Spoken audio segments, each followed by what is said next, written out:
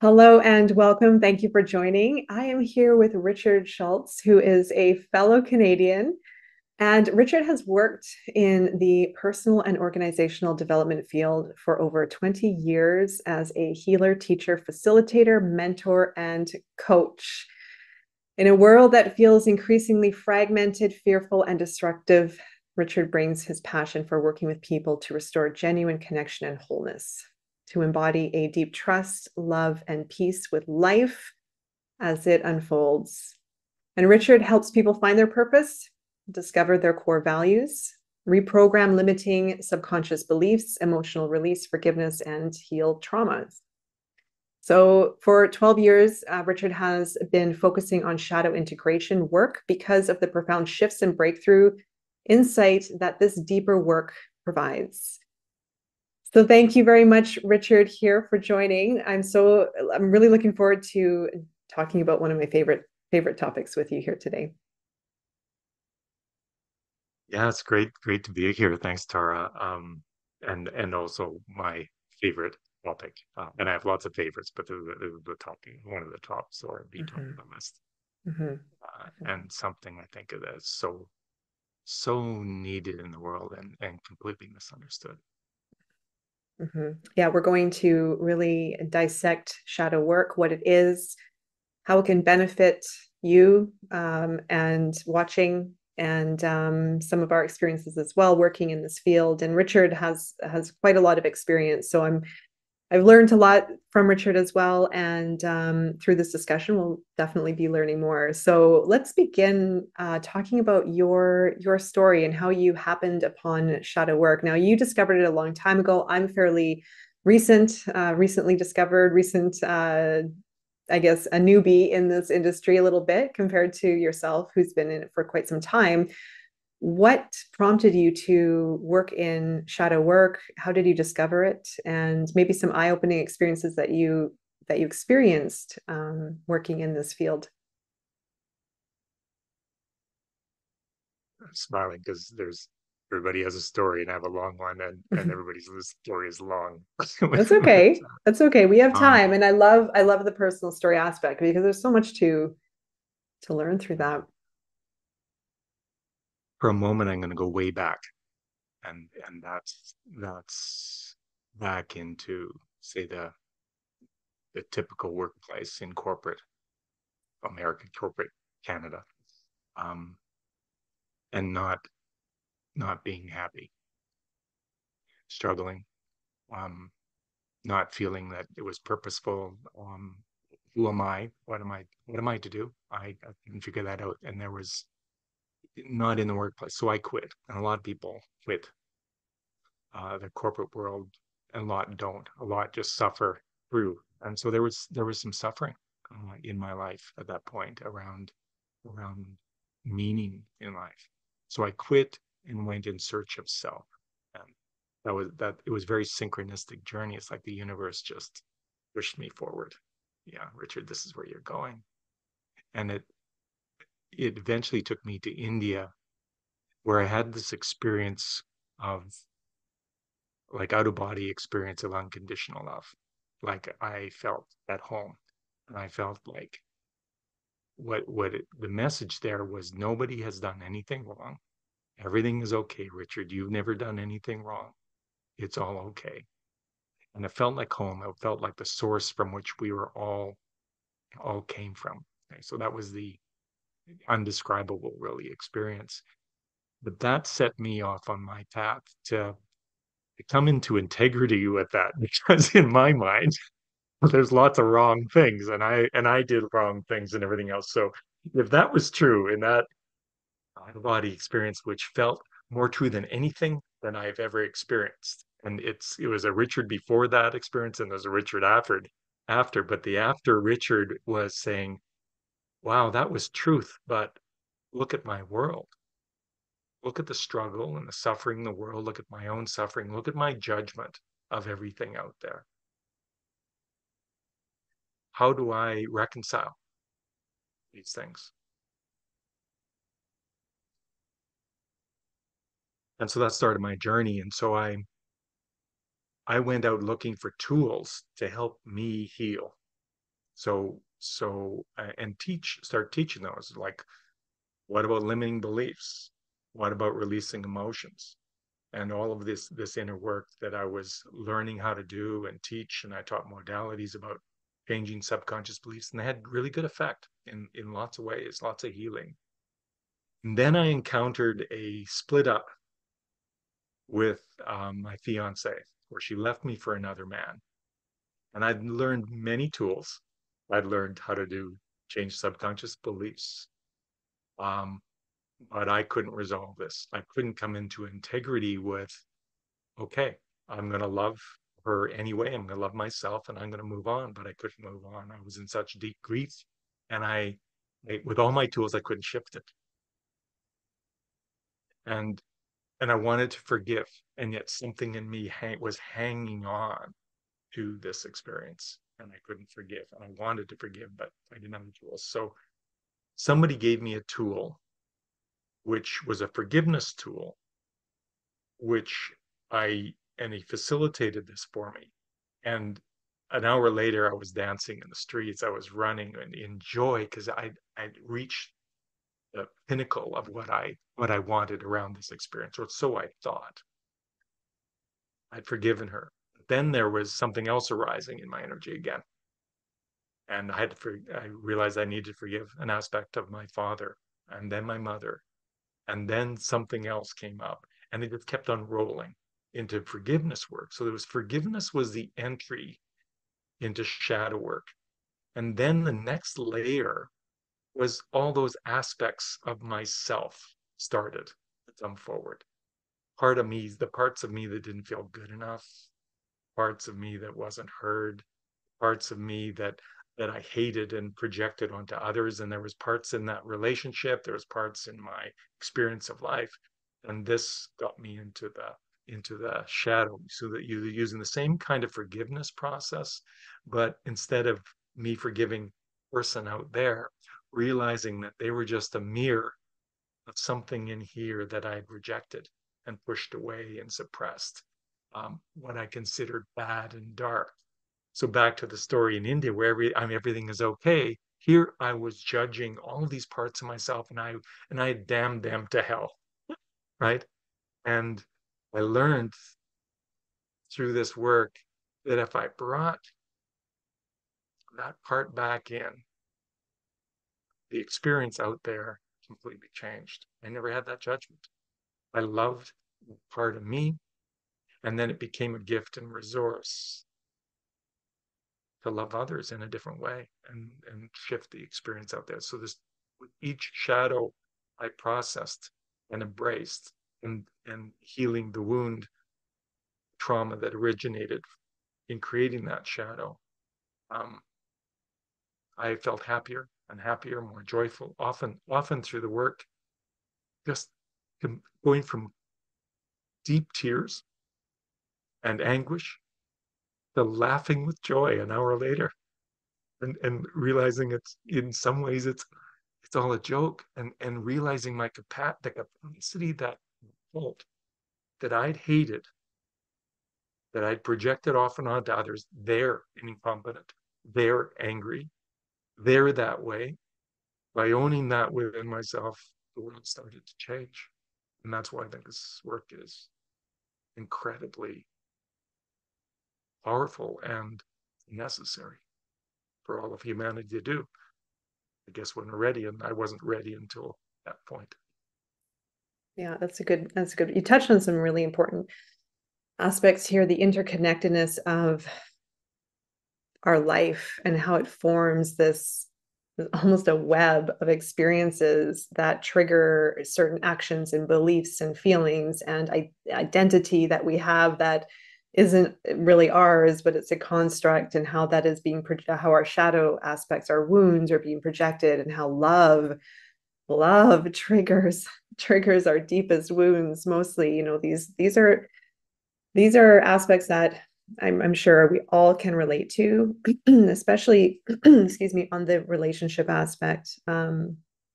These, if it's family or if it's a love relationship, they can really dig into those wounds that we have on such a deep level for us to face, but we can choose, right? We can choose to look at that and go, oh, what is that? Or succumb to that pain and live in it, or avoid it, or suppress it, and not want to face it. So, and you're right, we come into these moments of transformation and healing and discovery when the time is right, when we're really looking for it and when we're really ready. And sometimes we do have to hit those breaking points where we say, yeah, this is enough. I don't like this anymore. Something has to change. Even you don't have to know what it is that needs to change. It's a feeling, it's a thing, it's the life, it's patterns. And that's the entry point. That's the point where you're ready. Yeah, I can totally relate to that. That's exactly what happened to me 3, 4 years ago. Exactly the same story that you mentioned. It was very, very. I can relate to a lot that you were expressing. So let's go into what is shadow work for everyone. What is shadow work, and what are some of the common symptoms when someone can recognize, oh, this is my shadow?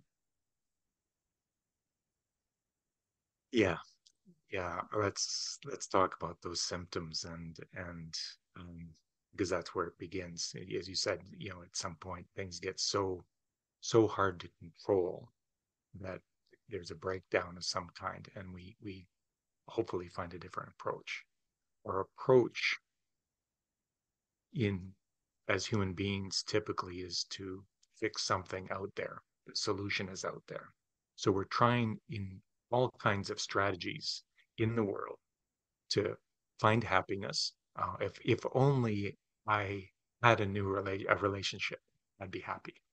If only I that war would stop, I would be happy. If only if I had more money, then I'd be okay. And those are true to an extent, right? Like I wouldn't mind more money. It would allow me to get more things, but that's not the source of happiness. And that if there's a pattern of behavior that we keep on experiencing, um, the if only I had a new relationship, well, I think we know. I haven't looked at studies for a while, but there's this understanding that if you have an abusive relationship and you get rid of that abusive relationship, typically, unless you've done that inner work, you'll attract another abusive relationship, and that pattern goes on and on. So this is one of the symptoms is is things like whatever it may be, conflict, stress, feelings of loneliness, fears, greed in the world, purposelessness, not feeling having meaning. All these places where we create suffering and struggle and are unhappy.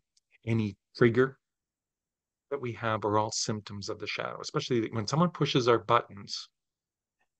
The reaction is that they did this to me, but they could do the same thing to somebody else who doesn't have that button to push. And it's meaning it just nothing there. So there's something about if I'm triggered, there's something inside of me, especially if it's over the top reaction.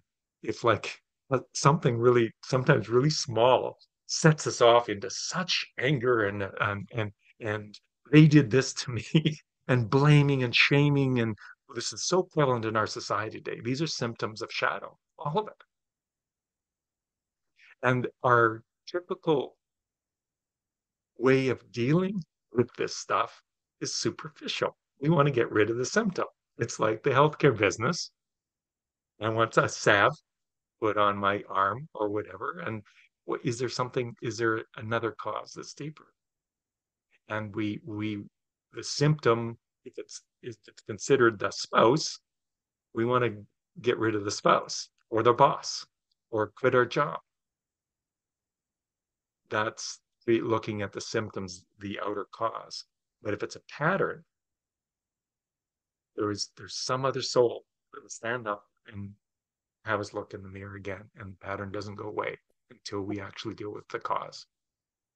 This is we can't we can get temporary relief, but through materialism, feeling happier by buying more stuff.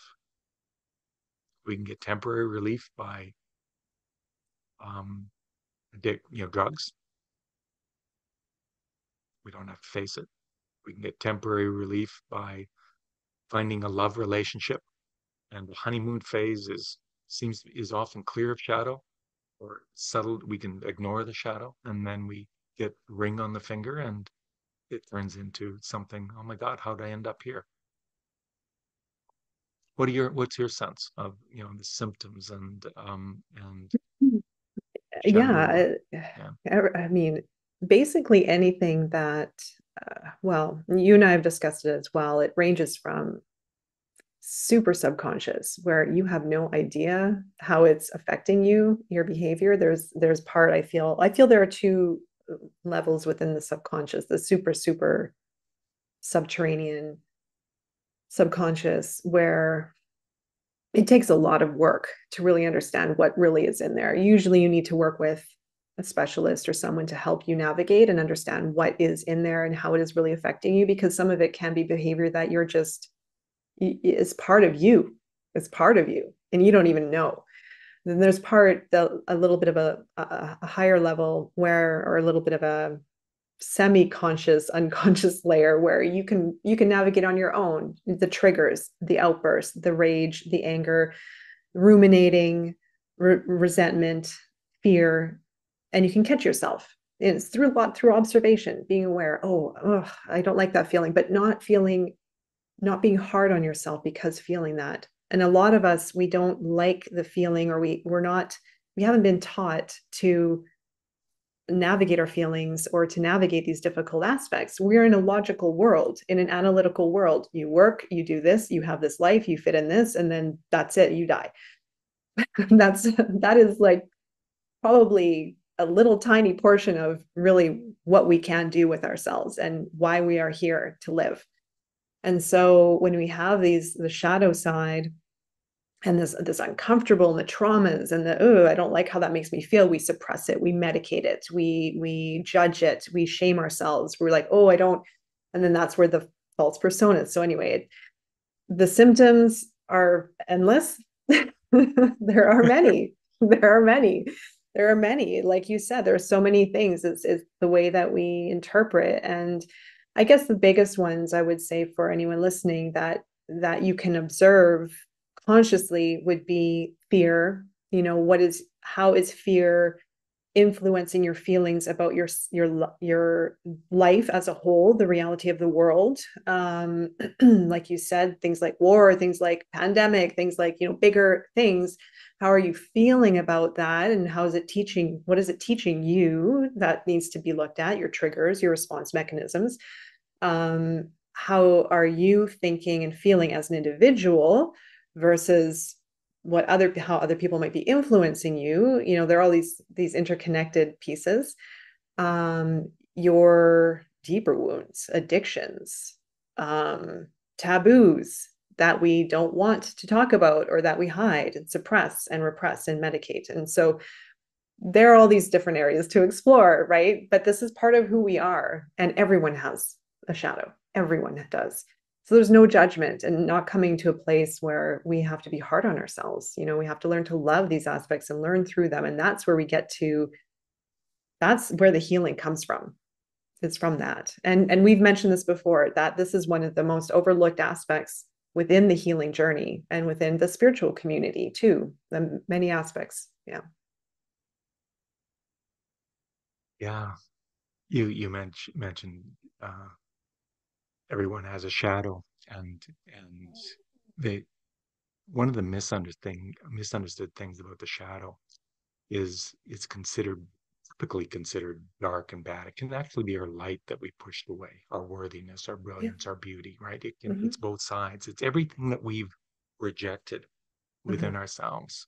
Yeah. And it's about those fears to fully, spread my wings and feel free and do my purpose in the world.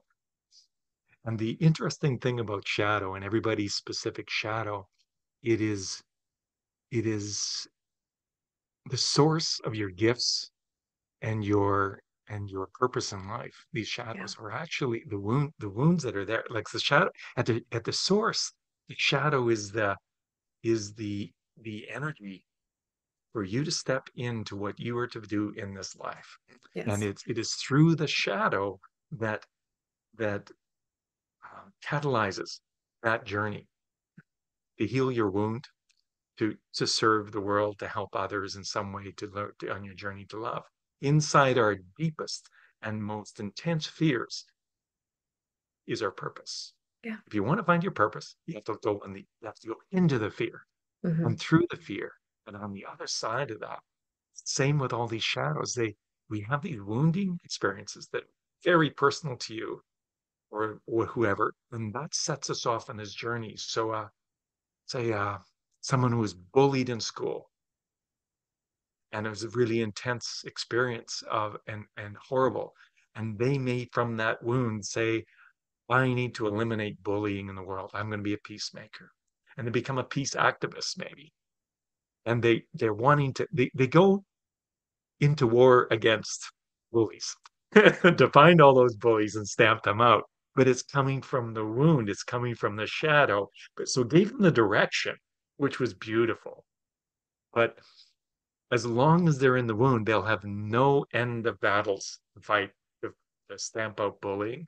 It will continue to mirror back to them, and they will have lots of work to do, but they'll never resolve it. It cannot be resolved because that's not where the piece is. Bully is somewhat, they'll end up being bullies out there Hmm. in many Hmm. cases, right? Right. When you Yeah. heal the shadow, you'll burn out whatever that is.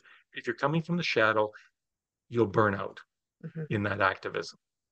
Heal the shadow, and then a gift emerges and how you can show up with a different energy of empathy and compassion and hold space for peace in an entirely new way. There's a love, almost a love and compassion for the bully because you understand how it arose, Yeah. Yeah. and your work in the world goes to an entirely new level. Beautiful. Yes, that's it. Exactly. And that's even through the work I've done, going deep into this, um, I'm more confident with who I am and more at peace with who I am because of it. And there were layers that I didn't even know I had in there, blocking things that I didn't even know were blocked, and triggers that were coming out that I didn't even know where they were coming from.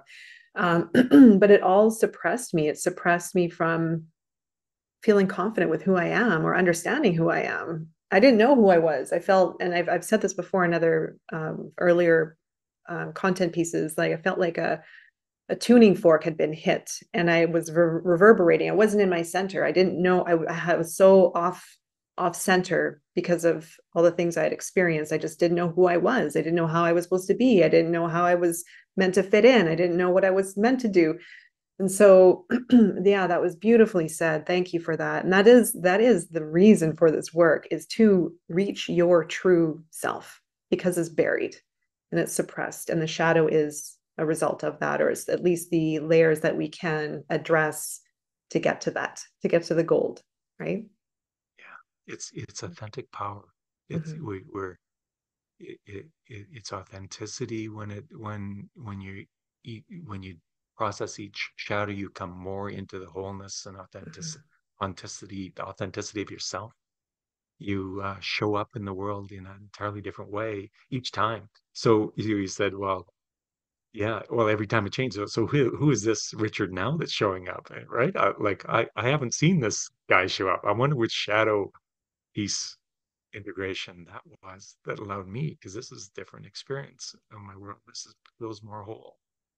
It's it's an incredibly beautiful journey. And it takes some courage because you are facing that, you know, Mr. Hyde inside of yourself, the the, the beauty and the beast, and the things that you've been trying to avoid, push away your whole life. And even the creation of that shadow in that childhood, or whenever it happened, there was nothing wrong with creating that shadow. It was a survival mechanism because you didn't know how to deal with what was happening. You had to do something in order to feel loved, or to survive within that situation. So you pushed away the part that you couldn't deal with or couldn't deal with it in order to survive. It was a good thing. And then of course that set up the whole journey of your life. And uh, coming full circle, it's going back into the shadow, resolving, forgiving yourself, bringing that rejected part back in, your beauty, your brilliance, your competence, or your incompetence, your stupidity, your fakeness, your fraud, whatever, your dishonesty, and then the world changes. And it does not feel logical to accept the incompetence in you, or like that does not Mhm. compute. Why would I want to accept incompetence or accept anger or accept these things? Why would I embrace these things? That does not make any sense. Is why I'm might as well be talking to a, I don't know, a 1 year old, explaining this, because it doesn't make sense. And yet when we experience one of these shadows, there's a light that comes on that is brilliantly uh, real or something. And there's a very common, I was thinking of what you were just saying with kind of making sense of something that doesn't make sense, in a way of looking at the flaws of ourselves and looking at them as good things, and embracing them, what we consider as flaws, what society considers as flaws, or whatnot, our belief system considers as flaws. And a really great, I think we've all probably seen some of these quotes or motivational speakers talk about fear and overcoming fear, and fear is where you learn, and fear is where success is created. And that is a little bit of what this is about. It's fear is a shadow aspect, and it's looking at one point that we can fall into and we can succumb to, that prevents us from succeeding, or prevents us from starting a business, or feeling confident that we can create success for ourselves. But the fear can hold us back and stop us. Or if we fail, then we can and goes back to what you're saying as well. Everyone deals with challenges a little bit differently. Some people will fail and bounce right back. Some people will fail and crumble and you'll never hear from them again. And so you hear these motivational speakers, and I see a lot of content as well online around, the quotes, the motivational quotes around facing your fear and overcoming your fear, and fear is where success lies. And you can catch these quotes around, and that is in an indirect way talking about shadow work, really going into, where is fear holding you back? How is it affecting your belief system and your ability to step into your greatness? And fear is probably one of the biggest things, because fear also leads into so many other, and even, we can even talk about body issues as well. It definitely plays into what happens within the body. Yeah, yeah. I would suggest, and I don't know this, but any trauma, any shadow, any thing like that is reflected in the body in some way. It might be subtle, in terms of aches and pains, or butterflies in the stomach, at a light level, but it could even turn into things like cancer if we've suppressed things like anger. Anger is a Mm-hmm. common shadow. I Yeah. was working with a woman the other day on shadow, of anger, and so there's shame when the anger emerges, and then it's pushed down and pushed in the body and suppressed, or it's projected onto others. But this anger has to go somewhere. It's one of the more powerful emotions, and if we don't allow a safe expression of that anger, it can turn into violence, road rage, and other things. But it can also be um, pushed into the body. So what is an appropriate relationship with anger? And if we have a good relationship with anger, not trying to suppress it, what gifts can it give us? Underneath the anger is often more shadow and more things, more limitations. And if we then ask anger, what's this about? Then we can get to these other layers, which eventually gives us a more full life and happiness and a relief from struggle, or it's a source of our success in life. Mhm. Yeah, yeah, yeah. Well, I remember, I think our first conversation, which really resonated with me, the finding the strengths of what your shadow has taught you. So Yeah, if someone has a very low confidence in one area of their life, they can tend to, I'm talking about myself, talking about my own story here. Why not just say it? Um, there's often an overcompensation for that weakness. So one could tend to work harder and develop really strong work ethics, and and there are imbalances that can be created within that. But it's interesting to look at maybe some of the values, look at the value that has been created from some of those shadow aspects as well, and not completely dismiss it as all bad, because there probably are some good traits that have been developed because of these more difficult experiences. yeah, that's one of the first steps that I do in my shadow work is honor the shadow and what it gave you. That's, first of all, we think we hate it and we suppress it, but recognizing the gift. So in my own story, I never felt good enough. In with my For my father was a critical father, and was always wanting the best for me to be the best. So I never felt good enough because he would always point out where it wasn't good Mm, enough, and so I adjusted to that, and I never felt good enough. So in order to in response to that, or in reaction to that, I had to do more to feel good enough. So it took me to have the best marks in school and go to university and get a job. Eventually, I didn't really like the job, but it was an image job, something to make my dad proud of me. And to get that feedback of, say, I see you, son, you're doing a really good job. Never came. mm, It never came. It was there, but in his culture and his upbringing, he couldn't say those things. He couldn't hug. He couldn't say, to me at least, that even I love you. It was just not fun.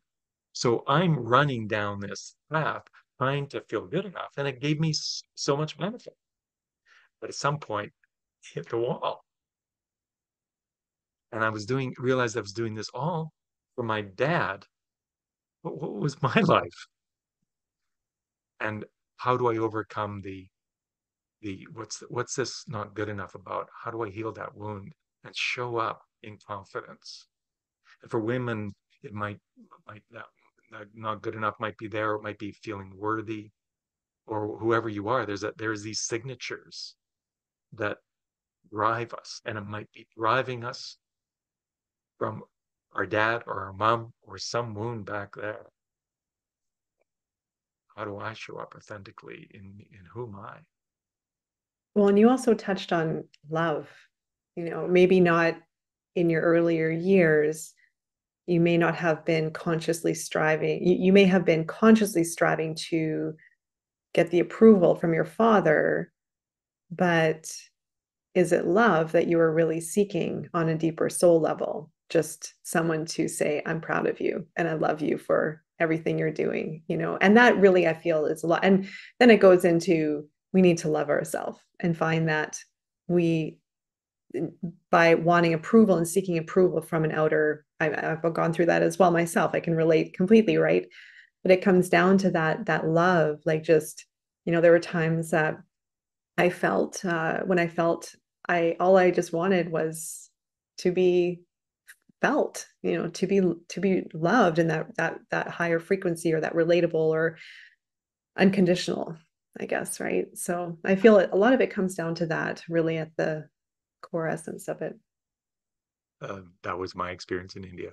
Mm, It's all about love, mhm. and one this we want to be loved. We want to be lovable, um, feel lovable. We want to express love, and therefore we need to love these parts of ourselves, embrace them, and bring them back in and love them.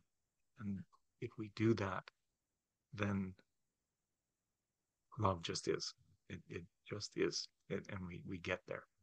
This woman I worked with the other day around anger, that was one of the shadows that started to emerge in our conversation.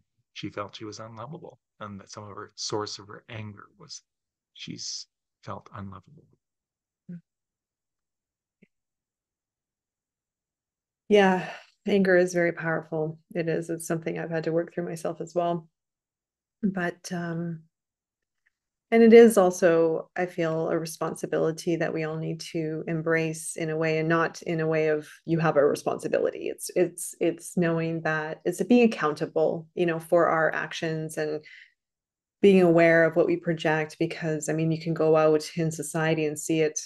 You can just walk outside and take a look, and it's there. And I've dealt with it many times myself, just even recently, and just people projecting their own shadow, their anger, in ways that come out the mouth or come out, their actions, their energy.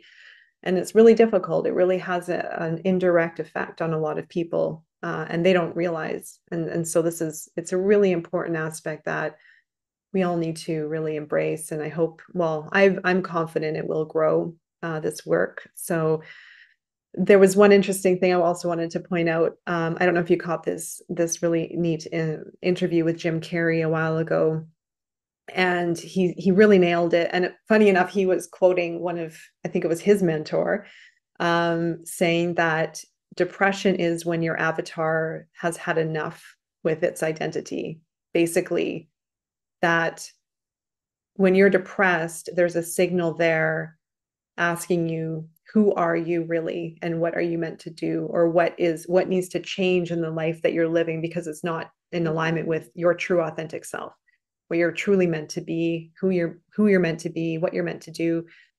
And this is the difficult phase, is facing it, because if we don't have that, if we fall into depression and just live there, it can be very difficult to get out. We need, as humans, that little tiny spark, that thing, that the curiosity, the what if it can be better, or what needs to change. That's all we need, is that little spark of curiosity. Or yeah.